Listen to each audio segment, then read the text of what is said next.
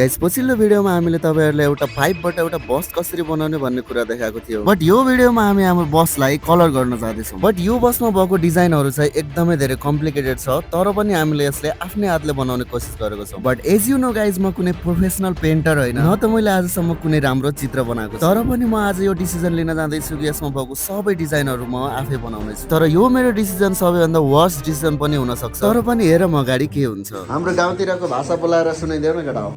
अभी मजा आएगा ना भिडियो। त्यो ढोका बन्द गर न है। ढोका बन्द गर्नु भनेको फेरि कहाँ जान लाग्यो त? किन यसो गर्छु भाइ तिमी? गर्नु पर्यो त भाइ। बोल्न पनि बिर्सेछौ त पुरै। किन छ र है? के लाग्यो त त्यस्तो फेरि? मिलाउँछुको किन छ र है? अरे बाप रे। उसको यो डायलग छ के फेरि किन आत्तिनुमा के रे? किन आत्तिन हराए? जो अहिले हामीले जति मजाक गरे पनि यहाँ कलरहरु गर्दा अहिले फाट्छ के पुरै। अबे साले ए अर्का हान्छीको भाषा बोलेर देखाइदिउ रे के? ये फंस गया सीएम। यहाँ कमेन्टमा धेरै अर्का हान्छीको भाषाको रिक्वेस्ट आहा। ए त्यसकैमा ठोक्ने।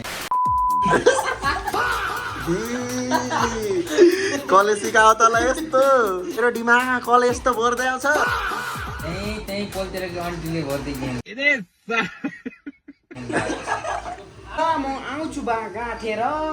एक काम कर 200 रुपए दे और 50 रुपए काट ओभर एक्टिंग की वजह से। गाइस यहाँसम्म आइसक्दा धेरै जनाले गेस गरिसक्नु भएको छ यो बस कुन चाहिँ हो भनेर। एन्ड अभियसली हामीले थम्बनेलमै पनि देखाएको छौं। बट अब चाहिँ सुरु हुन्छ हाम्रो लागि सबैभन्दा हार्ड काम, यसमा ड्रइङहरु बनाउने। व्हाइट एन्ड रेड कलरलाई मिक्स गरेर हामी यसको पिंक कलर बनाउँछौं। बाइ द वे हामी यसमा स्टिकरहरु पनि ल्याएर टाँस्न सक्थ्यौ, बट नो। राम्रो बनोस् या एभरेज बनोस्, काम त हामी आफ्नै हातले गर्छौं। But as you know guys this is my first time जहाँनिर म एउटा ड्रइङ बनाउन जाँदै छु, त्यो पनि बसको लागि। सो पर्फेक्ट बन्ने त कुनै आशा अपेक्षा नै छैन, त्यही पनि हामी कोसिस चाहिँ गरिरहेको छौँ। बट एकदम बेकार भयो भने चाहिँ गाइज हामीलाई स्टिकर ल्याएर टाल्नै पर्ने हुन्छ क्या। मिस्टेक गरेर नै सिक्ने हो गाइज लाइफमा, सो त्यो पर्फेक्सनको एक्सपेक्टेसन पनि छैन।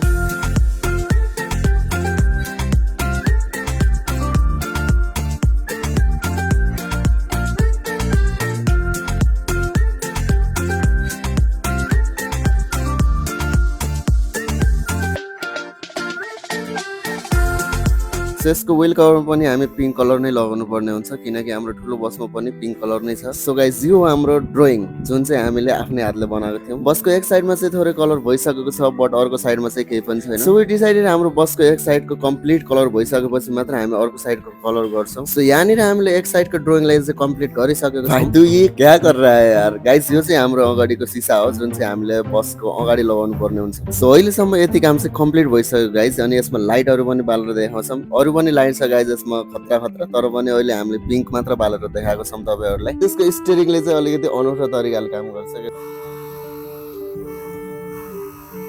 सो गाइस अझै पनि हाम्रो बसमा एकदमै धेरै कामहरु बाँकी छ, लाइक यहाँनिर ढोकाहरु लगाउनु पर्ने छ, यहाँ सिसा, अनि यहाँ पनि ठुलो सिसा लगाउनु पर्ने छ, हाम्रो बसको एसी लगाउनु पर्ने छ। यहाँ हाम्रो कल्पना पनि एक्लै भइरहेको छ यार। के छ कल्पना? मेरो कल्पना चाहिँ अहिले एकदम पार्किङमा बसिरहेको छ हैन, पुरै धुलो मैलो भइसकेको छ हाम्रो कल्पना पनि। टेन्सन मत गरौ भाइ, तिम्रो साथी छिटै आउँदैछ। अनि पछाडीको लुक्स पनि तपाईहरु देख्न सक्नुहुन्छ। पछाडी पनि हामीले सिसाहरु चाहिँ हालेको छैनौं, यो यहाँनिर डिक्की बनाउनु पर्ने हुन्छ। यहाँनिर चाहिँ गाइस हामीले लाइट लगाएको छौं के, यहाँनिर चाहिँ पिंक लाइट हैन। अनि यो लेखेकोहरु पनि मलाई अलिकति मन परिरहेको छैन हैन, यसलाई चाहिँ हामी फेरि मेटेर लेख्ने प्लानिङ गरिरहेको छौं। सो हेडलाइटको माथि पनि सिसाहरु लगाउनु पर्ने छ। यो ड्रइङहरु कस्तो भएको छ त्यो पनि तपाईहरु भन्नु होला कमेन्ट गरेर। बट गाइस हामी जति सक्दो छिटो हाम्रो यो बसलाई कम्प्लिट गरेर हामी यसको नेक्स्ट भिडियोलाई छिटै नै अपलोड गर्ने कोसिस गरिरहेको छौं। सो गाइस त्यही हो, छिटै आउँदैछ हाम्रो न्यू बस मार्केटमा। यो च्यानललाई सब्स्क्राइब गर्न चाहिँ नबिर्सिनु होला। यस्तै इन्ट्रेस्टिङ भिडियोहरुको लागि यो भिडियोलाई एउटा लाइक पनि गरिदिनु होला। छिटै नै भेट्नु हुन्छ हाम्रो बसको साथमा एउटा नयाँ भिडियोमा। तबसम्मको लागि बाइ बाइ,